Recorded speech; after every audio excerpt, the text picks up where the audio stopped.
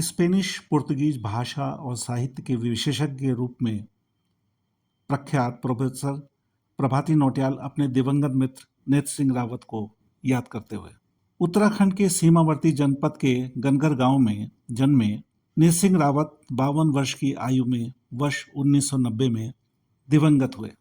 आपने अपनी फिल्म समीक्षाओं को हिंदी भाषा में साहित्य के रूप में प्रतिष्ठित किया। हमारा हिंदी समाज जो है बड़ा कृतज्ञ है और हमारे सब लिखने पढ़ने वाले लगभग ये भूल ही चुके हैं कि हमारे बीच में नेत्र सिंह रावत कभी रहे थे और वो शख्स थे जिन्होंने हिंदी भाषा में विश्व सिनेमा या भारतीय सिनेमा की एक अच्छी समीक्षा पद्धति विकसित की थी और मैं मानता हूँ कि वो शायद पहले ही आदमी थे। जी, वो बिल्कुल पहले व्यक्ति थे जी। इससे पहले फिल्मी पत्रिकाएं बहुत सारी निकलती थी, फिल्मी दुनिया, माधुरी, मनोरमा, इस तरह के बहुत सारी निकलती थी, लेकिन कोई सीरियस काम कहीं नहीं था। जी। ये नेत्र सिंह रावत या दिनमान में आए। जी। ये शुरू इन्होंने प्रशिक्षु के रूप में वहाँ शुरू किया। जी। और उस समय अज्ञे संपादक थे, आप जानते ही हैं। जी। अज्ञे जी ने इनको अज्ञे जी ने एक बार, मुझे ध्यान आ रहा है कि एक किसी फिल्म की समीक्षा के लिए कहा। जी। शायद अज्ञे जी को कोई आभास था कि ये आदमी बातचीत में या कुछ फिल्मों के ऊपर इनका रुझान था। जी। तो एक फिल्म का या तो कुरोसावा या किसकी फिल्म थी मुझे याद नहीं है। जी। तो कहा कि इसकी समीक्षा तुम लिख लो दिनमान के लिए। जी। तो ये बहुत मेहनती आदमी और उन्होंने अपना एक समीक्षा लिखी। वो समीक्षा लिखी तो अज्ञे जी बहुत प्रभावित उससे हुए जी। कि इतना अच्छे मेहनत के साथ, अध्ययन के साथ जी। तो हिंदी में काम करने वाले हैं ही कितने? नहीं थे, बिल्कुल नहीं थे। तो उन्होंने वो तो समीक्षा छापी ही, इनको कहा कि अब आप नियमित समीक्षा करेंगे, फिल्म और थिएटर। जी। तो ये दो काम इनको दे दिए थे और पहाड़ की राजनीति को लेकर के या पहाड़ के बारे में, उत्तराखंड के बारे में जो है ये आप देखिए, ये पूरा एरिया भी उनको दे दिया। तो नेत्र सिंह रावत हम लोग, मैं जब 70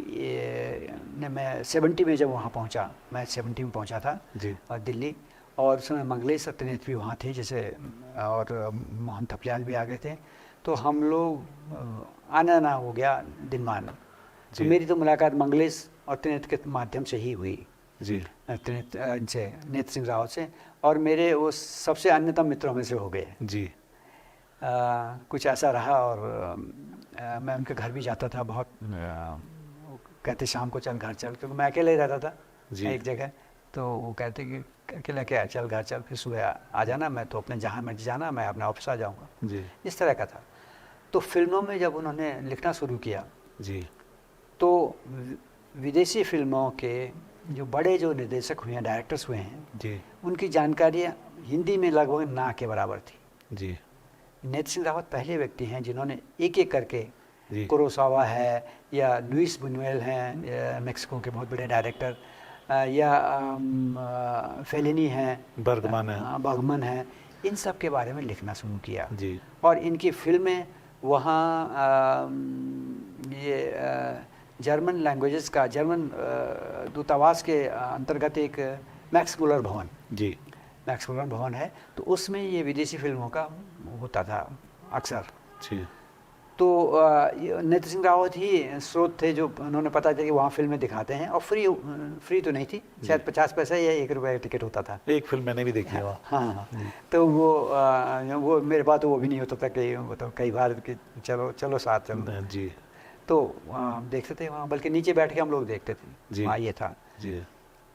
तो हमने कई फिल्में उनके साथ देखी। फेलिनी की मुझे आज भी याद है कि फेलिनी की फिल्म मैंने वही देखी थी। लुइस बुनुएल की फिल्म हमने वही देखी, कुरोसावा की फिल्म मैंने वही देखी। तो ऐसी कई फिल्में वहाँ लगातार हम लोग देते थे। शायद शनिवार को या ऐसा कुछ होता था वहाँ पे, तो हम लोग जाते थे और सभी मित्र करीब करीब जाते थे। तो नेत्र सिंह रावत ने एक ऐसा माहौल क्रिएट किया कि अब फिल्मी दुनिया के जो बड़े जो संजीदा और सीरियस गंभीर किस्म के निर्देशक थे जी, वो आते थे और नेत्र सिंह रावत से मिलते थे। जी। बॉम्बे में वो मिलते होंगे माधुरी मनोरमा जो ये जो उनकी उनके लिए कि अपने प्रचार प्रसार के लिए और हीरोइन को दिखाओ और ये शो हो रहा हो सब, जी। लेकिन यहाँ ऐसा नहीं था। जी नेत्र सिंह रावत का कोई ऐसा कलर पेज था वो जी वो तो उन्होंने जो सोचते थे समझते थे तो उनके इंटरव्यू भी लेते थे, गंभीर समीक्षा। हाँ, गंभीर समीक्षा लिखते थे और उनके इंटरव्यू भी छापते थे कई बार। ऋतु घटक को हिंदी के लोग उन्हीं की वजह से जान पाए। जी, ऋतु घटक को भी लाने वाले हिंदी में वही हैं, और नितिन मणिकौल को राव। भी। जी हाँ, और मुझे अच्छी तरह याद है कि ऋतु घटक जब आए तो उसके बाद एक उन्होंने उनका एक फिल्म उत्सव सा करवाया, ये फिल्म डिवीज़न की तरफ से, जी जो भारत सरकार का है एक फिल्म डिवीज़न। जी तो वहाँ तो हम लोग गए, वहाँ देखा और ऋतु दा तो वहाँ थे ही साथ में, जी बिल्कुल चप्पल पहने और कुर्ता पजामा डाले हुए। जी पीने वीने का शौक़ था उनको, तो ये था। एक बार फिर हम लोगों की उन्होंने कहा, नितिन सिंह रावत ने कहा कि इनसे एक गंभीर वार्ता भी हम लोग करें, जी क्योंकि वैसे तो ठीक है मिल रहे हैं, बातें हो रही हैं। जी तो गिरधर राठी वहाँ साउथ एवेन्यू में जी किसी एमपी फ्लैट में किराए पे रहते थे। जी तो ये तय हुआ कि उनके यहाँ शाम को मिलेंगे, जी और फिर हम लोग मिले। मुश्किल से 8-10 लोग हम थे। ऋतुदा आए तो काफ़ी देर बातचीत होती रही, बल्कि अच्छा, आप उस मुलाकात में आप थे? हाँ, मैं था। मंगलेश जी भी? मंगलेश था, त्रिनेत्र था, जी। नितिन सिंह रावत तो थे ही, गिरधर राठी थे, जी। आनंद स्वरूप वर्मा थे, जी। एक झा हुआ करते थे हम लोगों के साथ, सन टाइम्स में वो काम करते थे, जी। वो रत्नधर झा वो थे, और शायद एक आध मैं नाम भूल रहा हूँ, तो वो लोग थे हम लोग, जी। 7-8 लोग। कितनी देर रही वो बातचीत? वो करीब 1.5-2 घंटे तो चली होगी, जी है ना, बल्कि रात काफ़ी हो गई थी हम लोगों को, मुझे पैदल आना पड़ा वहाँ से, जी हम बसें वहाँ से लेने, चलनी बंद हो गई हाँ, होंगी। चलनी बंद हो गई थी। जी तो पता नहीं कैसे कैसे कहाँ पहुँचना है, किसको था वो, जी या मैं कहीं किसी के साथ चला गया हूँ, ऐसा था। जी तो उसके बाद ऋतु दा कई बार और भी आए, तो जी। मुलाकात होती, कॉफ़ी हाउस में मिलते थे, मुलाकात होती थी। जी तो सबसे गंभीर बात ये थी कि ऋतु दा को, सत्यजीत रे को तो लोग ज़्यादा जानते थे, जी। ऋतु दा को लगभग नहीं जानते थे, जी। बिल्कुल नहीं जानते थे। तो मेघे ढका तारा और इस तरह की फिल्में हमने देखी, तो पथेर पंचाली। पथेर पांचाली, ये सब हमने देखी नितिन सिंह रावत के सौजन्य से। जी फिर हमने जेएनयू में भी उनका शो करवाया, ऋतु दा का। जी तो ये एक तरह से दिल्ली में जी नितिन रावत तो एक मूवमेंट थे फिल्मों के, जी फिल्म समीक्षा, फिल्म लेखन और फिल्मों पर गंभीर रूप से बातचीत करने के लिए। जी मुझे अच्छी तरह याद है कि कौल जो हैं, जी मणिकौल। मणिकौल, जी ये भी उनके अच्छे मित्र थे, जी। और उन्होंने एक जगह लिखा है शायद अपनी किसी समीक्षा में कि उनकी एक पहली फिल्म थी बहुधा या किसने इस तरह किसी नाम से थी, तो उस फिल्म की देख करके उन्होंने बहुत ही गंदी समीक्षा लिखी थी, उनके खिलाफ लिखी थी, अच्छा और पसंद नहीं आई थी तो लिख दी। जी तो पर शायद माफ़ी मांगी उन्होंने बाद हाँ, में। फिर उसके बाद उन्होंने उसमें शायद पुस्तक है कहीं हमारे पास, जी। उसमें उन्होंने उसको लिखा है कि मुझे बहुत ग्लानि हुई दोबारा जब उन्होंने फिल्म देखी, जी कि मैंने ऐसी घटिया हरकत कैसे कर दी, जी कि मैंने एक गंभीर फिल्म मेकर को जी इस तरह से उसकी फिल्म की समीक्षा की है। जी तो उन्होंने वो फिल्म की समीक्षा दोबारा लिखी, जी। बहुत अच्छी, लेकिन हालांकि वो छपी नहीं फिर, जी। तब तक कहीं डिस्टर्ब हो गए वो, क्या हुआ। जी जी तो वो इस तरह के व्यक्ति थे, पैसे से समीक्षा नहीं लिखते थे, जी। जो चलन था फिल्मों का, जी है ना, उसके बगैर फिल्में, या दावतों के एवज में। दावतों के, यहाँ शराब पार्टियों का, जी। वो उसके वो बिल्कुल खिलाफ थे, जाते ही नहीं थे, जी। जाते ही नहीं थे। हाँ और तो मणिकौल की मुझे याद है कि एक बार वो उनके ऑफिस से, दिनमान के ऑफिस से पैदल लेके आए उनको, जी टाइम्स ऑफ इंडिया से, बिल्डिंग से, और हम लोग कॉफ़ी हाउस में थे, मिले थे। जी। तो मणिकौल पर के झल्लाया हुआ था कि यार ये पागल है आदमी। मुझे मैंने कहा कई बार कि चलो ऑटो से चलते हैं, इसने कहा कि ऑटो से चलेंगे बात कैसे करेंगे। तो वहाँ से मुझे घसीट ला रहा है, और हाँ। कॉफ़ी हाउस तक पैदल आया। काफ़ी दूर है वो जगह। हाँ, जी कम से कम 3-4 किलोमीटर तो पड़ता ही होगा। जी जी तो पैदल उनको लेके आए, और हालांकि माया दर्पण भी शायद उन्हीं की थी जी। मेरे ख्याल से। तो उस पर काफ़ी चर्चा है, निर्मल वर्मा की कहानी पे थी कहानी शायद। पे। हाँ, जी जी। ये हाँ। तो और फिर कॉफ़ी हाउस में भी एक बार तो ऐसा हो गया था कि साहित्य से हटकर फिल्मों पे ज़्यादा बातें हो रही थी, जी। वरना पहले वहाँ कहानी कविता के अलावा कुछ तो दिल्ली के बौद्धिकों में हाँ फिल्म के लिए चेतना, कला चेतना पैदा करी उन्होंने। बिल्कुल। जी लेकिन अफसोस की बात यह है कि नेत्र सिंह रावत ने जो ये अलग जगाई जी और सिनेमा को एक गंभीर साहित्य माना, जी उस पर आगे कोई बात नहीं हो पाई। जी नेत्र सिंह रावत तक वो ख़त्म है। जी। अभी भी करते हैं, छुटपुट इधर उधर बातें करते हैं, लिखते हैं लोग। जी या तो फिर नेत्र सिंह के लीक से कुछ लोग हैं जी। तो वो लिखते हैं, लेकिन वो माहौल मैंने देखा नहीं, वो बन नहीं पाया फिर वो उनमें। बन नहीं पाया। जी उसके बाद नेत्र सिंह रावत फिर कुछ आर्थिक स्थितियाँ बहुत ख़राब थी ठीक। घर के। नेत्र सिंह रावत पिथौरागढ़ के रहने वाले थे। जवार क्षेत्र के। हाँ। जी। और उन्होंने बहुत गरीबी से शुरुआत की, जी। किसी के घर में खाना बनाते थे, वहाँ से शुरुआत की। जी नैनीताल में जब वो पहुँचे कहीं से, जी। तो वहाँ पर गौरीशंकर जोशी, जी वो उनके टीचर भी रहे।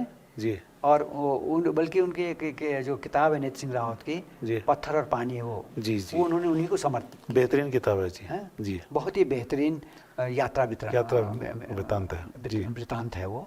उतना अच्छा मैंने पढ़ा नहीं। जी तो गौरीशंकर जी ने भी उनकी काफ़ी मदद की। और फिर वो वहाँ से वो किसी तरह से बॉम्बे पहुँच गए थे। जी।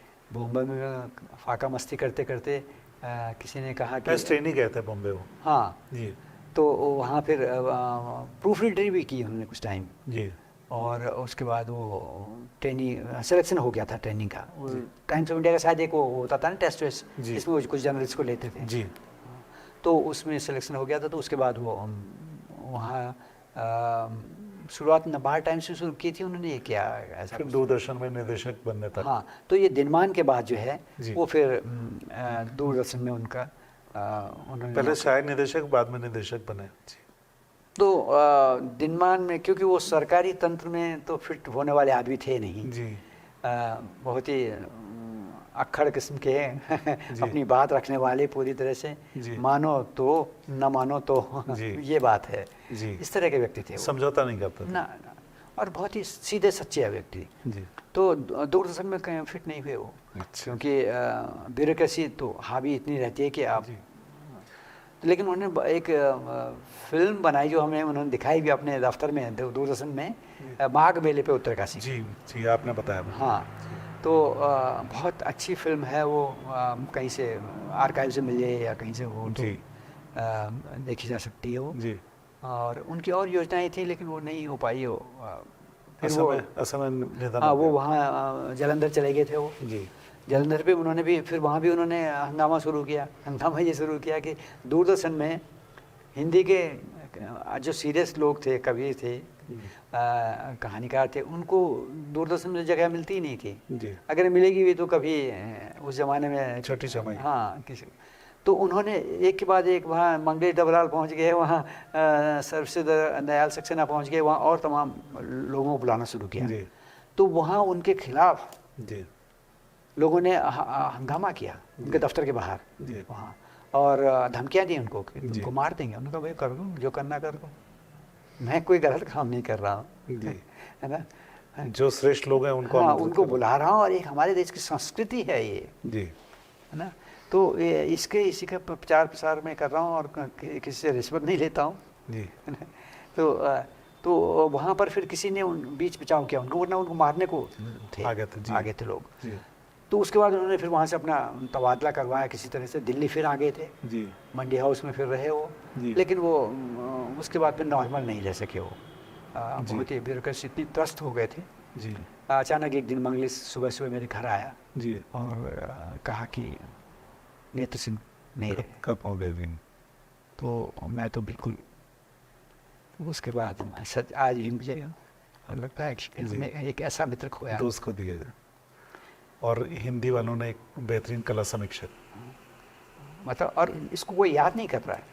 ताज्जुब की बात है। जी। यहाँ एक सिनेमा पर एक सेमिनार हुआ था, मैंने उसमें कहा जी कि नेत्र सिंह पर एक एकेडमी है। अगर तुम सिनेमा को यहाँ जिंदा करना चाहते हो उनका तो नाम ये घटिया सिनेमा तो सब जगह बनता है। नेत्र सिंह राव जो हमारे देश की, जी उत्तराखंड को तो गर्व होना ही चाहिए, उस पर देश को गर्व होना चाहिए जी कि सिनेमा को जिस लेवल पे वो ले गया है, जी और उस पर यहाँ कोई जानने वाला नहीं, कोई नाम लेने वाला नहीं है। जी तो बल्कि उसमें ये रावत जी भी थे जो मिनिस्टर, चीफ मिनिस्टर भी रहे बाद में, जी सब हरीश रावत हरीश रावत, जी। वो भी थे। उन्होंने कहा कि नहीं, आपने बहुत अच्छी बात उठाई है और हमें कुछ सोचना चाहिए, इस पर करेंगे इस पर कुछ। जी लेकिन फिर शायद नहीं हुआ, कुछ भी नहीं हुआ। जी तो मैं तो आज भी इस पक्ष में हूँ कि यहाँ कोई सिनेमा की बात करता है तो नेत्र सिंह को पहले लाएं, जी शुरुआत करें, क्योंकि वो उससे बढ़कर आदमी कोई सिनेमा में अभी हुआ नहीं है। वो भारत के कला समाज के लिए अच्छा होगा। हाँ, जी और हमारे लिए तो मतलब इतने गौरव की बात है वो,